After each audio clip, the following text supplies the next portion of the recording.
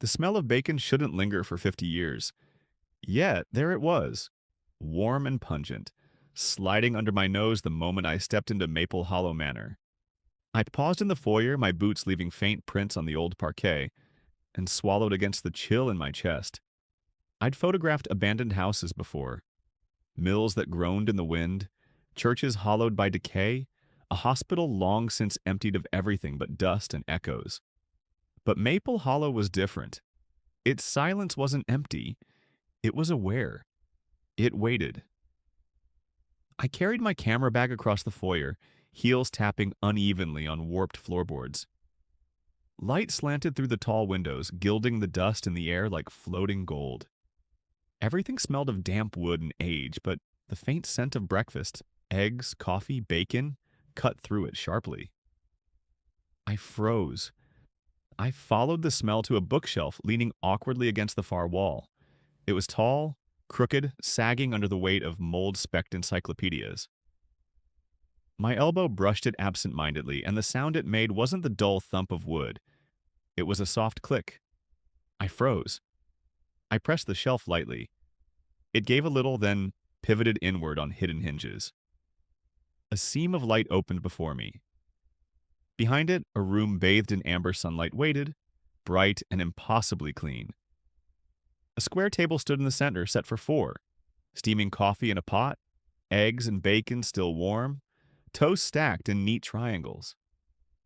Silverware gleamed as if freshly polished. The clock on the wall read 8:17 a.m. and refused to move. I stepped inside, unsure whether my knees were trembling from fear or disbelief. My camera instinctively rose to my eye, and I snapped a picture. The display flickered strangely, showing the room as it was, and faintly behind the table, four blurred silhouettes: a man, a woman, and two children.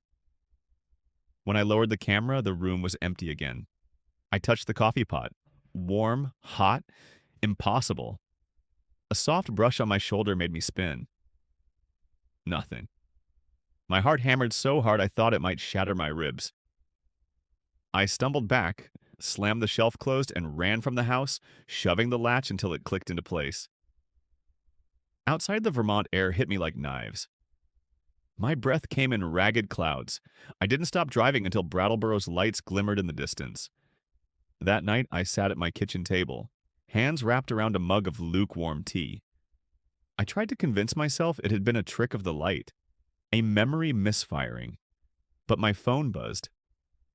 On the counter, four plates sat neatly arranged, eggs steaming, bacon sizzling faintly. My camera sat beside them, clicking once by itself. I couldn't move. The clock on my phone read 8:17. Then the plates were empty. Crumbs dotted the wood like breadcrumbs for some invisible creature. And wet footprints, child-sized, led from the table toward my bedroom. I didn't sleep. I didn't eat. I couldn't think except in half-formed questions. Why me? Why now? What do they want? By morning, I realized I had to go back. I couldn't stay away. I needed to understand. I drove north, snow beginning to whisper along the edges of the road, and parked in front of the house once more. It loomed skeletal and expectant, its gables outlined in frost. I wasn't alone this time. Noah Bishop, the local historian, had agreed to meet me. Tall, narrow, perpetually ink-stained fingers and eyes that had spent their lives watching the past. He exuded the quiet obsession of someone who believed in ghosts the way others believed in gravity. I still don't know why I'm here, I admitted as we stepped inside. I shouldn't have come back. You've seen it, Noah said softly. And you'll never not see it. That house, it's old, Evelyn. It doesn't forget.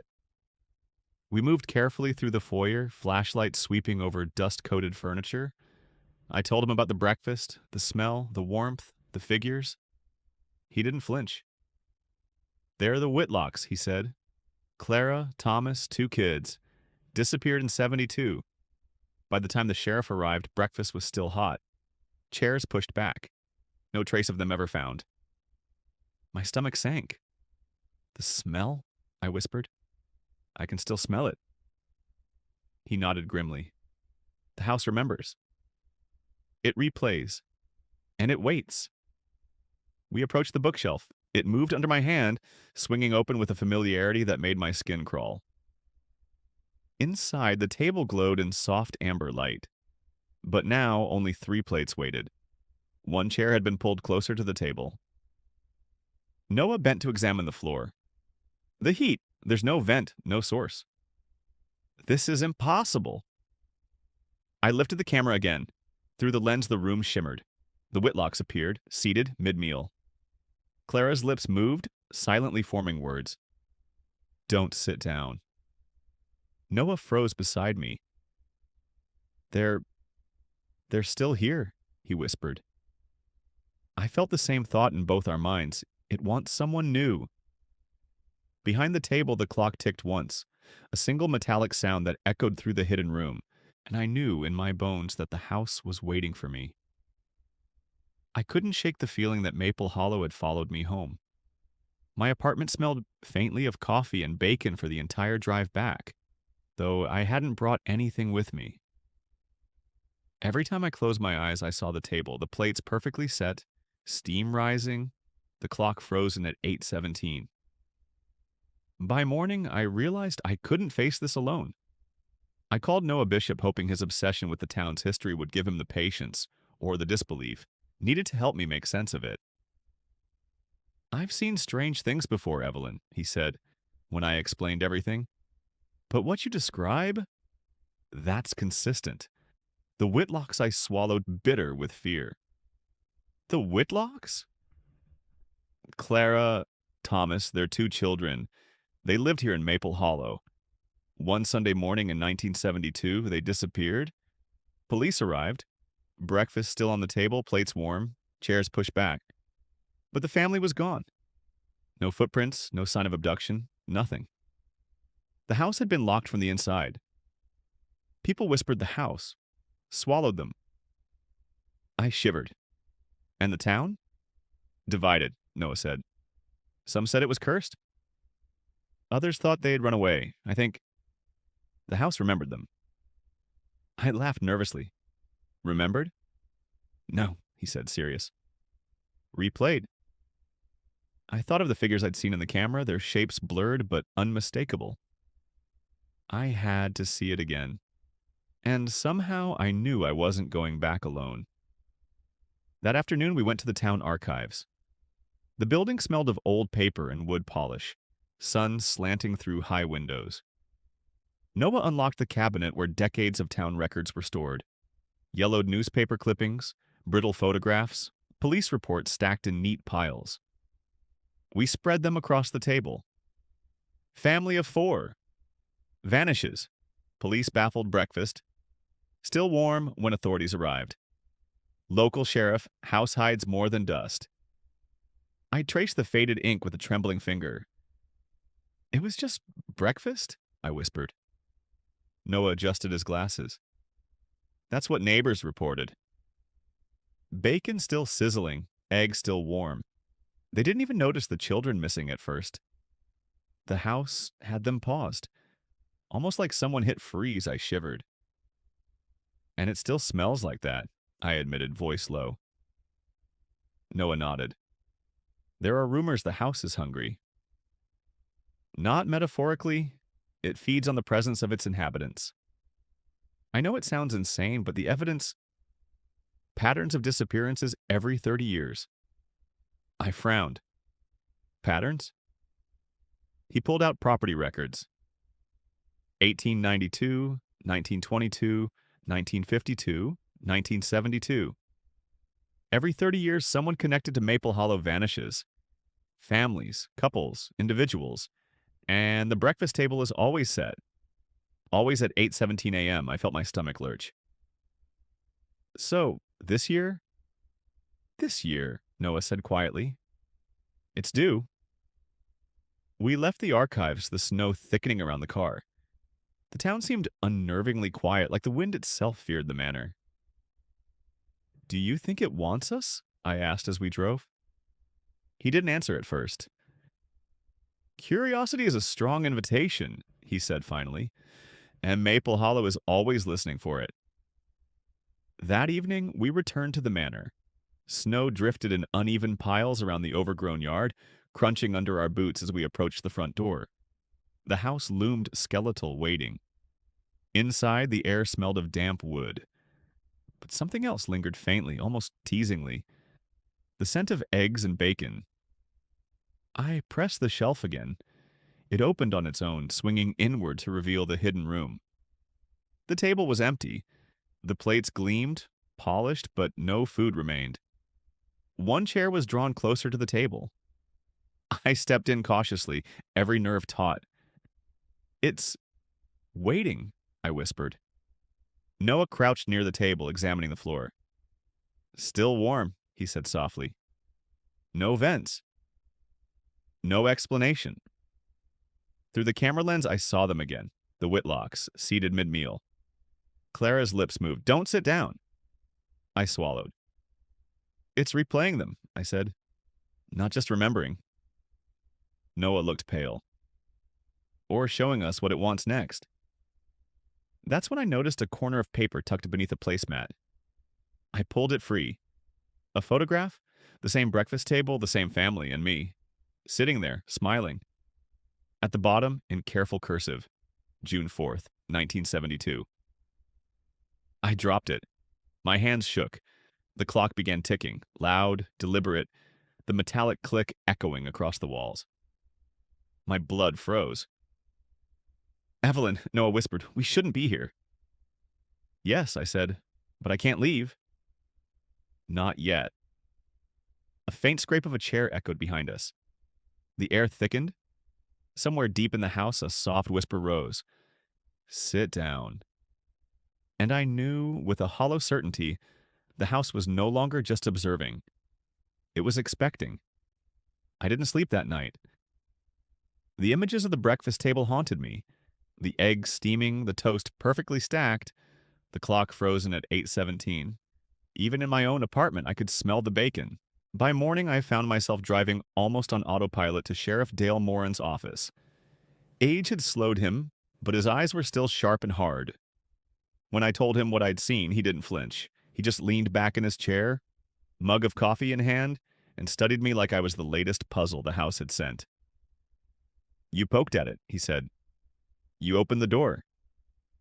I had to know, I admitted, voice shaking. I didn't understand. "The Whitlocks," he said, lowering his gaze.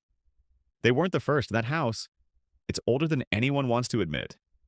It doesn't forget, Evelyn. It doesn't just replay, it reclaims." I swallowed hard. Reclaims? Sometimes it leaves people. Sometimes it keeps them.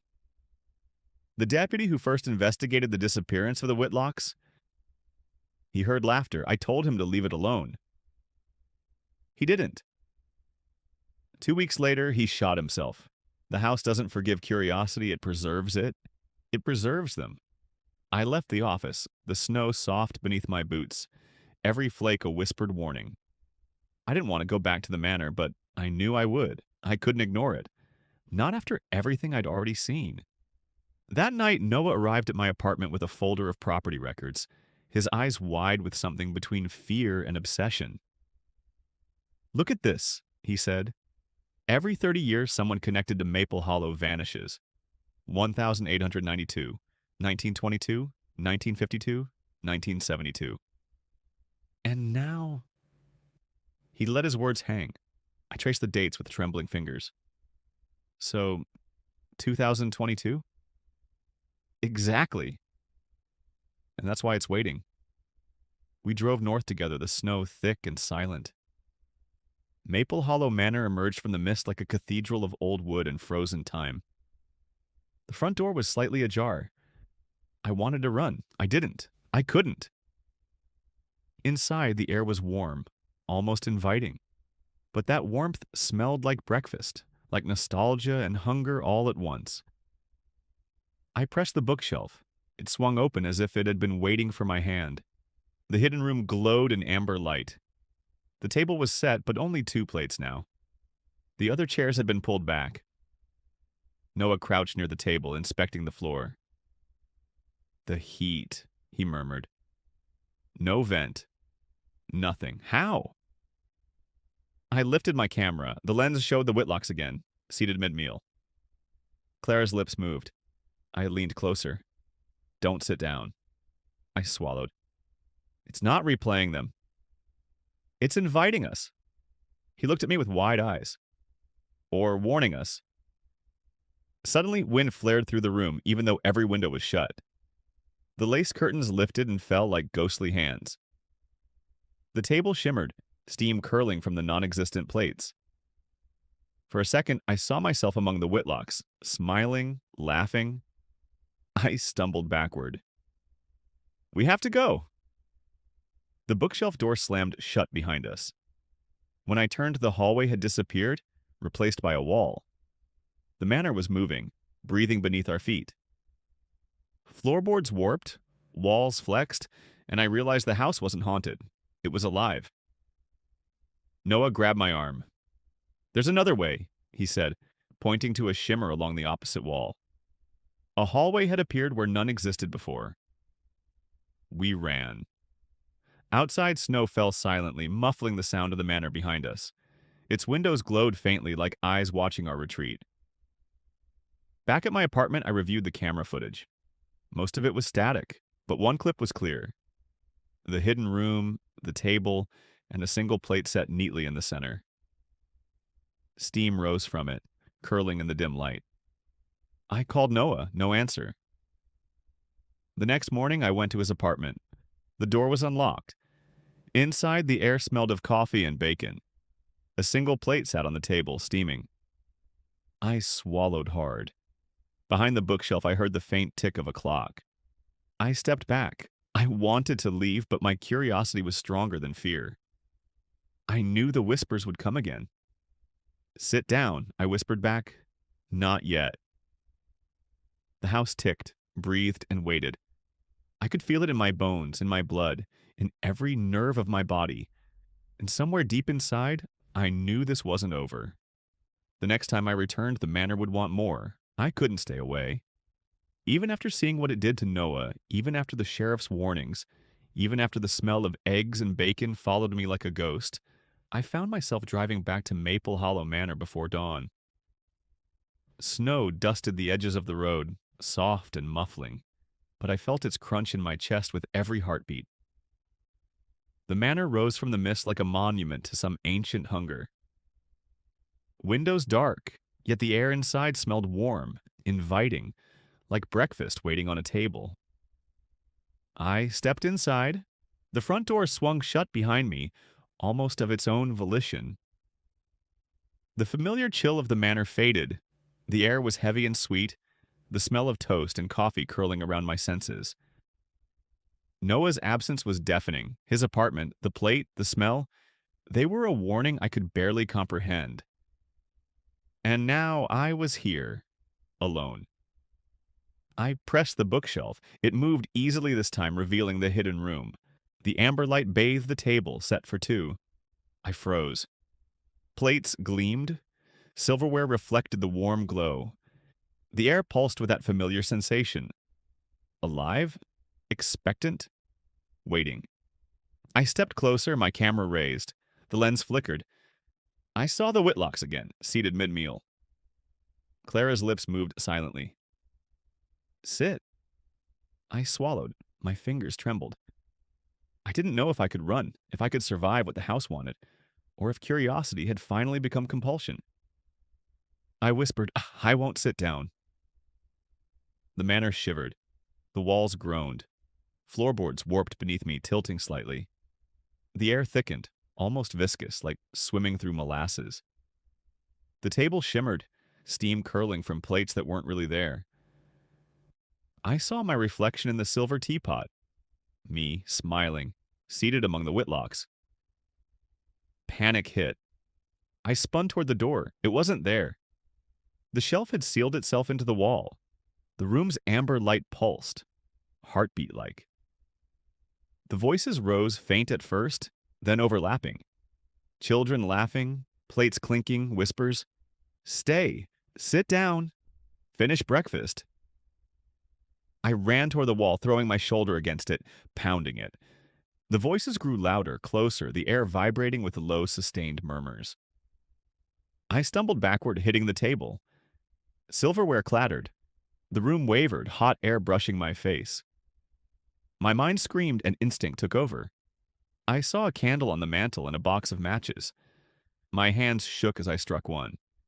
The tiny flame wavered, then steadied. I dropped it onto the tablecloth. The room flared to life. Flames raced across the linen, licking the edges of the plates, smoke curling thick and sweet. The Whitlocks appeared in full, solid, for a heartbeat, smiling, human, whole. Clara mouthed, "Thank you." Then they were gone. I stumbled back, coughing, gagging on smoke, lungs burning. The walls convulsed one last time, groaning like the manor itself was sighing. I found the door where it had once been, forced it open, and fled into the cold morning air. Snowflakes stung my cheeks. I didn't look back. I woke hours later, curled on the curb outside the manor. Fire trucks in the distance, smoke still drifting from the charred ruin. Locals said lightning had struck in the night. No one knew otherwise. I didn't correct them. I was alive. I had survived. But the smell of breakfast never left me. Sometimes it drifts under doors, down stairwells, into rooms I think are safe. It reminds me that Maple Hollow remembers, that the house is patient. Noah didn't survive. I don't know if he tried to sit or if the house claimed him in another room, another way. I don't want to know. Months later, I learned that another photographer was sent to document the remains. I watched from my car as he unpacked his gear. The shelf in the library moved slightly. A crack of amber light showed behind it. My stomach sank. I didn't call out. I didn't warn him. Because I know now what Maple Hollow wants. I've smelled it. I've felt it. And I understand finally, it doesn't stop. It doesn't forgive. I live in a different town now, in an apartment with no bookshelves and no clocks. I keep the curtains drawn at breakfast. I eat in silence alone. And sometimes just before 8:17, I think I hear Noah's voice. Or maybe my own. "It's ready." I leave the food untouched and walk outside, letting the cold air wash over me. I know I survived, but a part of me will always belong to the house. The breakfast never really gets cold, and neither do the memories. The house remembers everything. And every time I smell bacon in the morning, I know it is waiting for someone else.